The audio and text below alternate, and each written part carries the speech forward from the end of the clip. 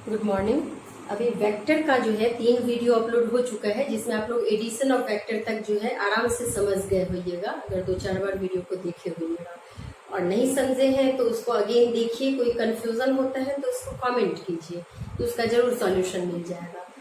तो एडिशन का फॉर्मूला हम लोग को याद है कि जब भी 2 वेक्टर को ऐड करते हैं, 2 से ज्यादा को भी कर सकते हैं, उसके लिए रिजोल्यूशन में आएंगे तो इजी हो जाएगा। बट फिलहाल 2 वेक्टर को ऐड करते हैं तो हम लोग को जो रिजल्टेंट आता है वो आता है √a² plus b² plus 2ab cos theta. अगर a और b 2 वेक्टर है और वो एट एन एंगल थीटा पे इंक्लाइंड हो, तब उसको ऐड करते हैं। तो ठीक है, तो अभी उसका कुछ स्पेशल केस देखेंगे, तो उसके बारे में कुछ और जानेंगे कि जब रिजल्ट हम लोग ऐसे जान रहे हैं अलजेब्रा में कि जब 2 स्केलर क्वांटिटी को जोड़ते हैं, जैसे 2 + 3 हमेशा 5 ही होगा, लेकिन जब वेक्टर को ऐड करते हैं तो क्या 2 और 3 को ऐड करने के बाद ऑलवेज 5 ही आएगा या रिजल्ट वैरी करता है? तो उसको जानने के लिए हम लोग आज शुरू करते हैं पहले स्पेशल केस, और फिर अगला जो टॉपिक हो जाएगा हम लोग का वो subtraction of vector, then resolution of vector से 2 से ज्यादा वेक्टर को आप ऐड इजिली कर पाइएगा। ओके, तो आइए पहले हम लोग जो फॉर्मूला पढ़े थे कि if a plus B is equal to R, A और बी को जोड़ दिए थे, कैसा था a, तो ये था a और इसको b से ऐड किए थे किस लॉ से? पैरेललोग्राम लॉ से, और ये एंगल थीटा था, इसको r कहे थे। If a plus B is equal to R, then हम लोगों ने पढ़ा था mod r is equal to √a² plus b² plus 2ab cos theta, यही हम लोग पढ़े हुए थे।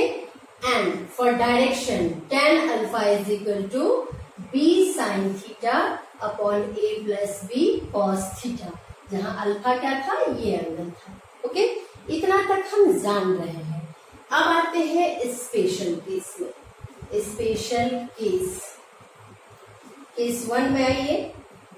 If a and b are parallel vector, लिख ही देते हैं parallel vectors, that is a parallel to b।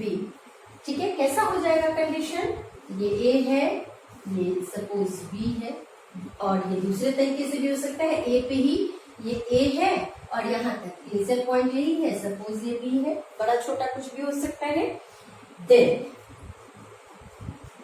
r is equal to, या मॉड r लगाइए या सीधे लिखिए, √a² plus b² plus 2ab cos। Parallel vector है तो 2 पैरेलल लाइन के बीच का एंगल आप क्या जानते हैं? 0 डिग्री। तो है क्या? तो cos 0 का वैल्यू हम लोग जानते हैं 1, यानी ये क्या हो जाएगा?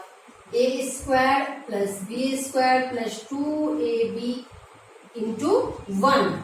तो अब देखिए, इसको आप रिकॉल कीजिए, तो ये एक हमारा फॉर्मूला है जो हम लोग बहुत जूनियर क्लास में पढ़ते थे, a plus B whole square. ये बाहर क्या निकलेगा? a plus B. ठीक है, यहाँ यानी r का जो वैल्यू हमको आया है वो क्या आ गया है? a plus B. इसको फर्स्ट मान के रख लीजिए। ओके, ये केस 1 था। अब लेते हैं केस 2। केस 2 में क्या लेते हैं? इफ a एंड b, कौन सा a और b हम पढ़ रहे हैं, बस सिंपली समझिए, vector a and vector b are perpendicular to each other. यही कर दे, ईच अदर कैसे है? तो ये वेक्टर a है, ये वेक्टर b है। ठीक है, ये परपेंडिकुलर हो गया एक दूसरे पे, that is a perpendicular to b, vector के फॉर्म में ही दिए हुए हैं। इन दिस केस क्या हो जाएगा? Then r is equal to √a² plus b² plus 2ab cos 90 degree. और cos 90 आप सभी आदमी जानते हैं क्या होता है? 0 होता है। तो cos 90 0 हो गया, तो अब इसका क्या वैल्यू आएगा? चलिए यहाँ कैलकुलेशन कर लेते हैं। ये क्या हो जाएगा वैल्यू, या इसको यही कंप्लीट कर दें, तो √a² प्लस b², क्योंकि ये तो पूरा टर्म ही खत्म हो जाएगा। तो हमारा एक वैल्यू r का आ गया है ये, इसको इक्वेशन 2 मान सकते हैं। ठीक, एक इक्वेशन 1 था, एक इक्वेशन 2 ले लिए हैं। अब लेते हैं केस 3। केस 3 लेते हैं हम, if A and B are anti parallel vector. तो एंटी पैरेलल वेक्टर का क्या मतलब हुआ? तो या तो कुछ ए ऐसे रहेगा, बी इधर रहेगा, या फिर एक ही लाइन में हो सकता है ए इधर हो और बी इधर हो, ये भी तो एंटी पैरेलल कहलाया।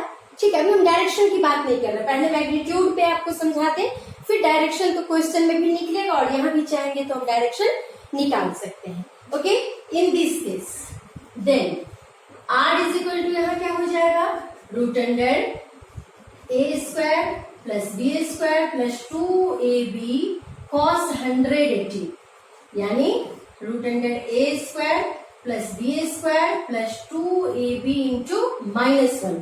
ये आपको याद होना चाहिए, ऐसे इस चैप्टर के बाद हम मैथ ही पढ़ाएंगे, बट 10 पास आउट है तो कॉस का 0, 180, 90, 45, 60, 30 कितना होता है, इसमें कंफ्यूजन नहीं होना चाहिए।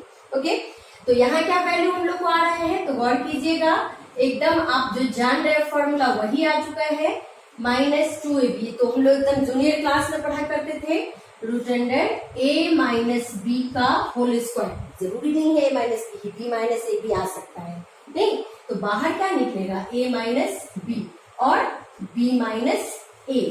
तो ये a माइनस बी या b माइनस ए से क्या फर्क पड़ेगा, तो बस जो हमारा रिजल्टेंट होगा उसके डायरेक्शन पे फर्क पड़ेगा।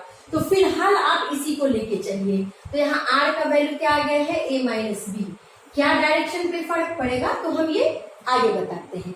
अब देखिए 3 केस हम निकाले हैं, एक केस हो गया यहाँ, दूसरा केस हो गया ये, और तीसरा केस हो गया ये।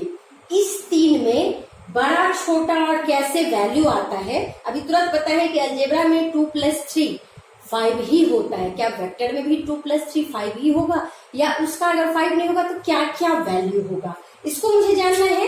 तो उसके लिए देखिए यहाँ पे जो हम ए और बी लिए हैं, मैग्नीट्यूड और डायरेक्शन दोनों है, बट फिलहाल हम ए की मैग्नीट्यूड की बात कर रहे हैं। Suppose a is equal to 4 unit and b is equal to 3 unit.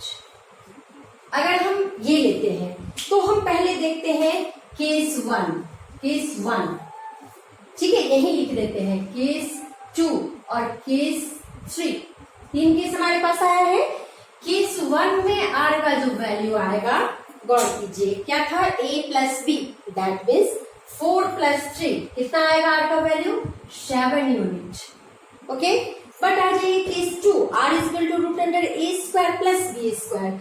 तो r का वैल्यू यहाँ क्या आएगा, यहाँ r का वैल्यू आएगा root under 4 square plus 3 square, है ना, कितना हो जाएगा, 16 + 9, दैट इम्प्लाइज 25 अंडर रूट, यानी 5 यूनिट।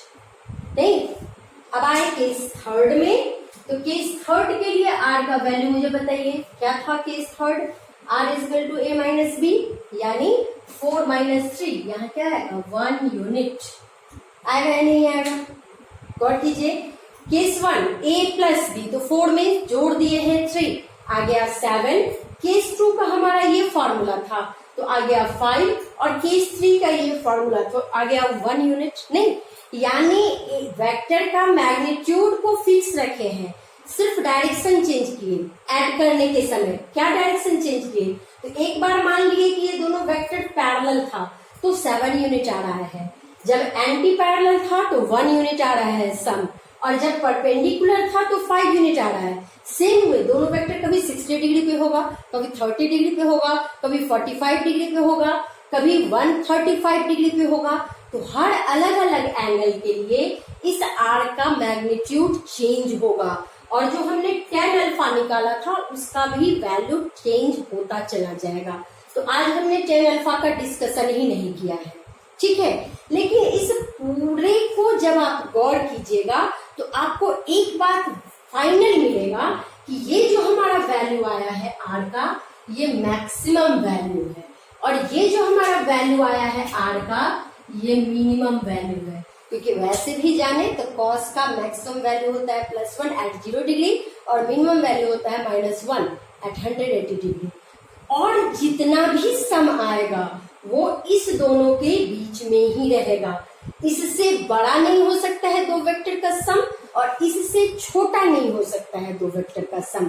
तो इसीलिए यहाँ आपको नोट में याद रखना है, अगर कोई क्वेश्चन पूछता है तो कि क्या होगा value, R minimum is less than equal to R is less than equal to R maximum, या फिर इसी चीज को याद रखेंगे a minus B is less than equal to R is less than equal to a plus B, a minus B.